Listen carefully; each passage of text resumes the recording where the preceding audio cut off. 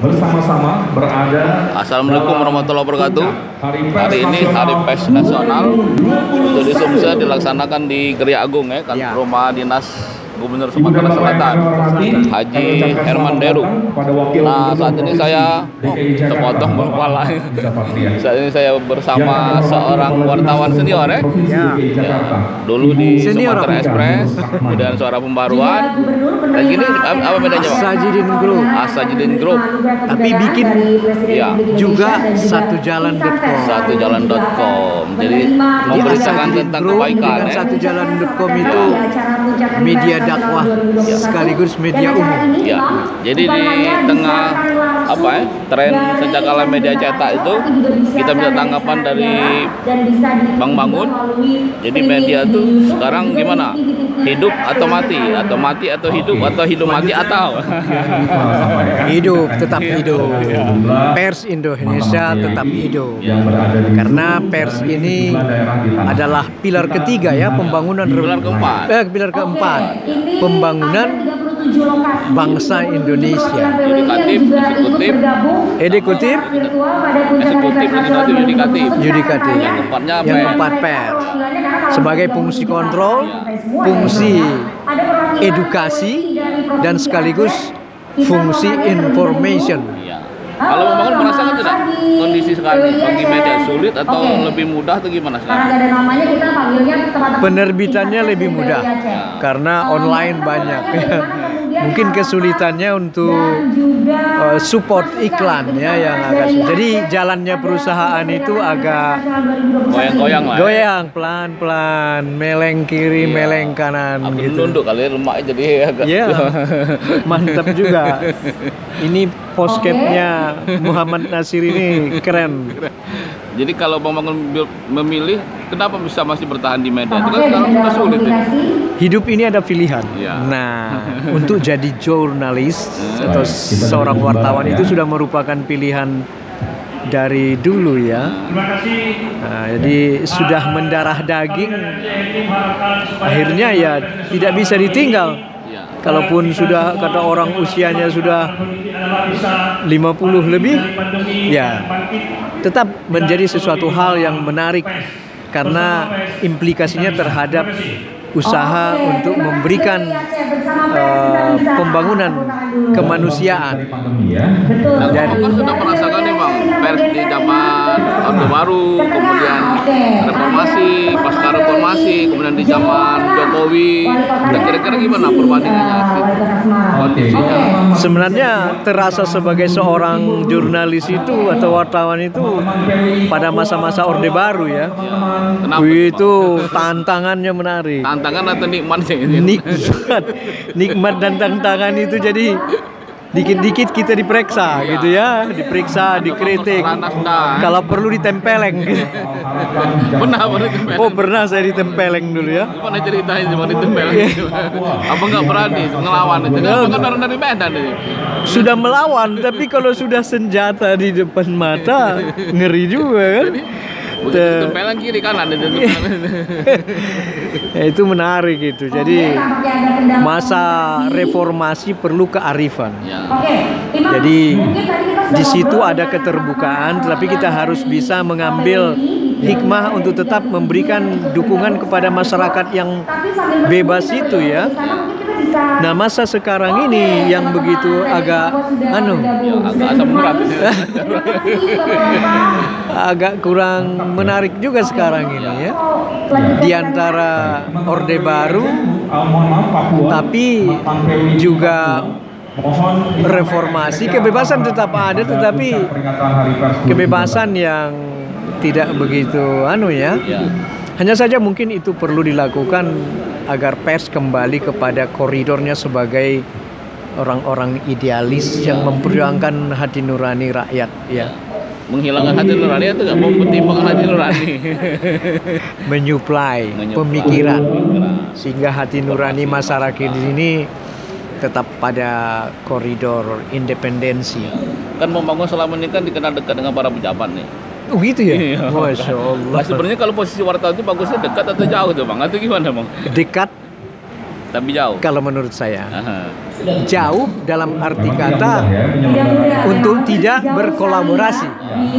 Kedekatan itu karena sampai sekarang pemerintah masih menjadi sumber informasi yang begitu penting. Jadi kalau kita dekat dengan mereka, maka kita akan mendapatkan informasi A1. Tidak jarang kita waktu dulu ada kasus anggota DPR Sumsel yang mengambil alih dana umat, dana apa? Sosial. Anak yatim sosial pokoknya ya. Untuk mobil dinas juga.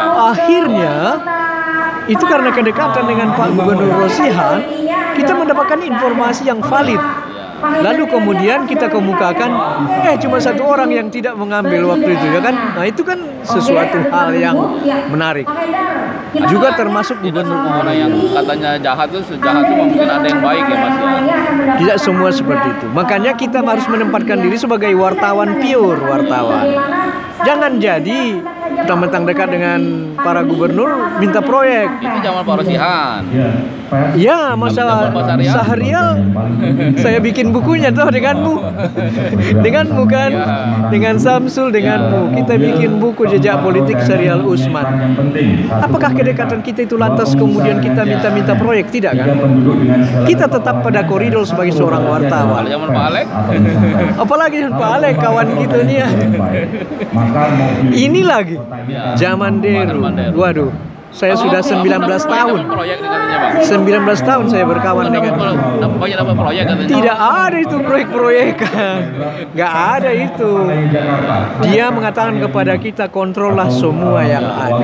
Jadi ya. Enggak apa-apa, Gak apa-apa, lanjut aja.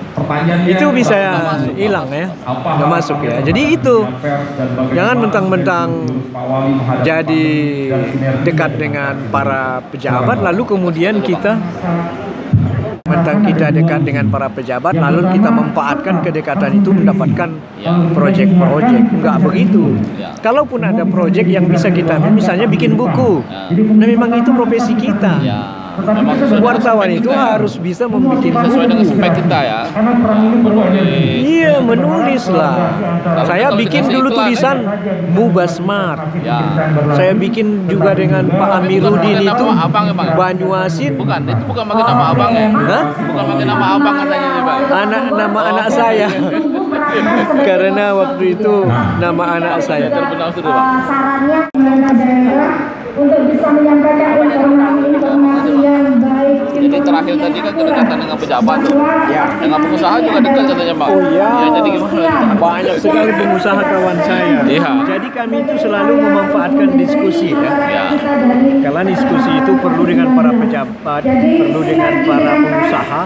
Karena pengusaha itu memiliki ekonomi ya, pemikiran ekonomi. Konsepnya, pemikirannya ya. Konsep pemikiran ekonomi. Entrepreneurnya ya. Ya. Sehingga mereka memberikan masukan kepada kita. Apa sebenarnya yang bagus untuk Sumatera Selatan. Karena saya bertugas di Sumatera Selatan, tentu saya berusaha bagaimana caranya supaya mengetahui. Mungkin sekarang jarang orang membicarakan tentang